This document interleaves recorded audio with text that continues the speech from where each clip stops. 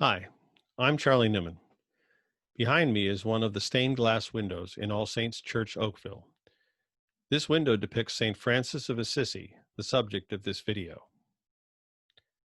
St. Francis is commonly known as the patron saint of animals.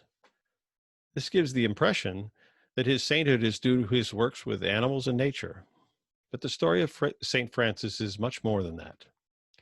He was made a saint because he dedicated his life to poverty and living and preaching the gospel. He had many followers in his time, and he established the Franciscan orders, which still exist today. Francis Bernardone was born in the hill country of central Italy in the town of Assisi around 1181. He was the only child of a prosperous cloth merchant and grew up among the privileged sons of the town's wealthy families. His early youth was given over to a lively social life and dreams of knighthood. As a young man, he joined the military.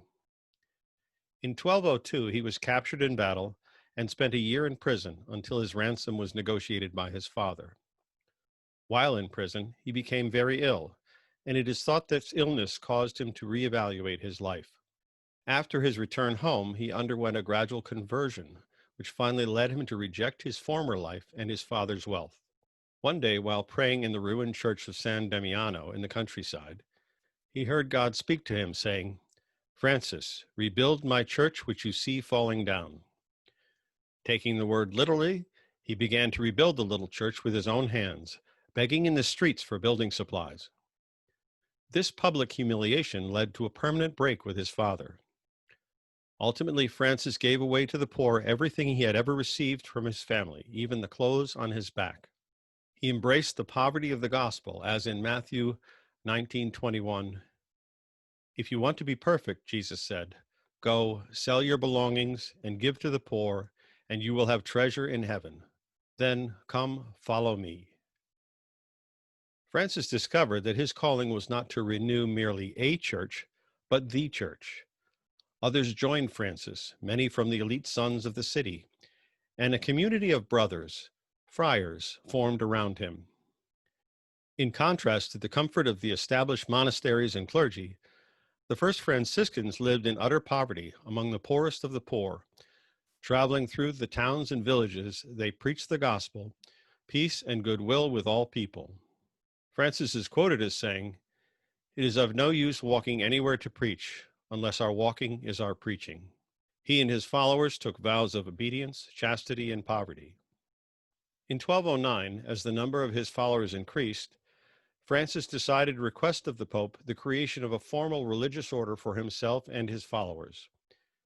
In the first biography of Francis, written in 1230, the biographer Thomas Solano writes of Francis, "He wrote down simply and in a few words, for himself and for his brethren, both present and future, a pattern and a rule of life, using chiefly the language of the Holy Gospel, after whose perfection alone he yearned."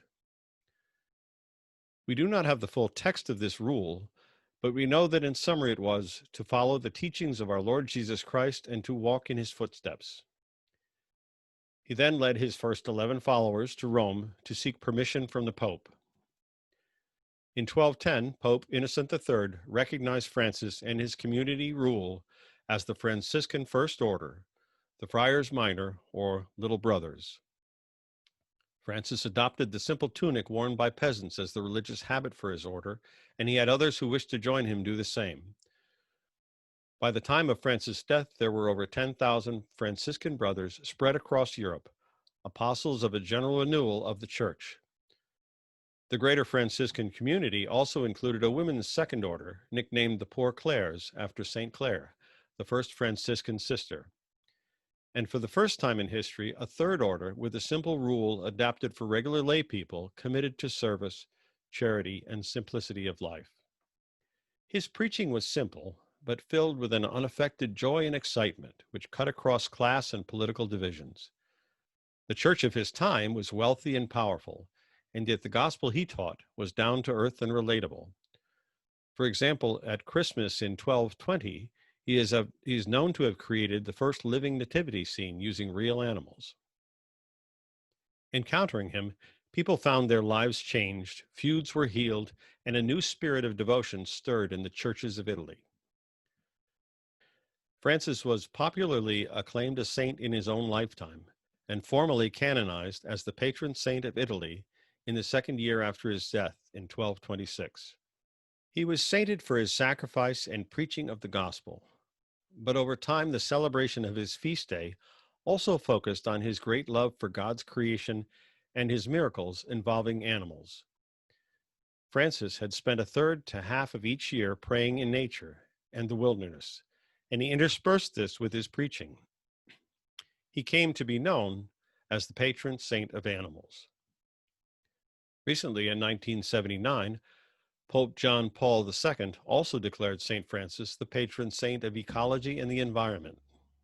The most well-known miracle of St. Francis is referenced in this window, St. Francis and the birds. The miracle was recorded by Thomas of Celano. It tells the story of an occasion when St. Francis was attracted by a flock of birds. He walked into their midst, and they did not fly off as he expected, but instead gathered around him. He was inspired to preach to them and gave them his blessing, after which they appeared to be proud and grateful and flew off.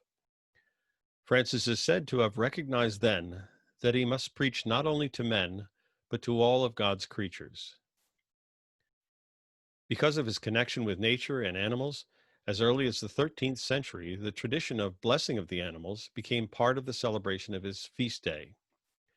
This tradition continues to this day. It is a favored time in our church year when we bring our pets to church and we bless them with prayers like the following one, written by Jan Richardson. You who created them and called them good, bless again these creatures who come to us as a blessing fashioned of fur or feather or fin, formed of flesh that breathes with your own breath, that you have made from sheer delight, that you have given in dazzling variety. Bless them who curl themselves around our hearts, who twine themselves through our days, who companion us in our labor, who call us to come and play. Bless them who will never be entirely tamed, and so remind us that you love what is wild, that you rejoice in what lives close to the earth, that your heart beats in the heart of these creatures you have entrusted to our care. St. Francis preached the gospel to men and to God's creation. He spoke to God's creation as his brothers and sisters. One of the main writings he is known for is his Song to Creation, which is also known as Song to Brother Sun. I thought it fitting to end by reading it in one of the many places of natural beauty here in the Northwest region, Apple Hill in Morris. Most high, omnipotent, good Lord, yours is the praise, the glory, the honor, and all blessing. To you alone, Most High, do they belong. Be praised, my Lord, through all your creatures, especially for Brother Sun, through whom you give us light. He is beautiful and radiant with splendor, and his light teaches us of your light, O Most High. Be praised, my Lord, for Sister Moon and all the stars who shine so clear, so precious and so lovely in the heavens you formed. Be praised, my Lord, through Brother Wind and through the air, the cloudy or clear, and every kind of weather by which you give sustenance to your creatures. Be praised, my Lord, through Sister Water, who is so useful and precious and so pure. Be praised, my Lord, in Brother Fire, by whom you light the night. He is beautiful and cheerful, full of power and strength. Be praised, my Lord, through Sister Earth, our Mother, who sustains and nurtures us, and gives us all the fruits and flowers and all the birds and beasts. Be praised, my Lord, in all those who forgive others for your love's sake and bear weakness and tribulation. Blessed are those that live at peace with all for love of you, for by you, Most High, they will be crowned. Praise and bless my Lord, and give him thanks, and serve him with great humility.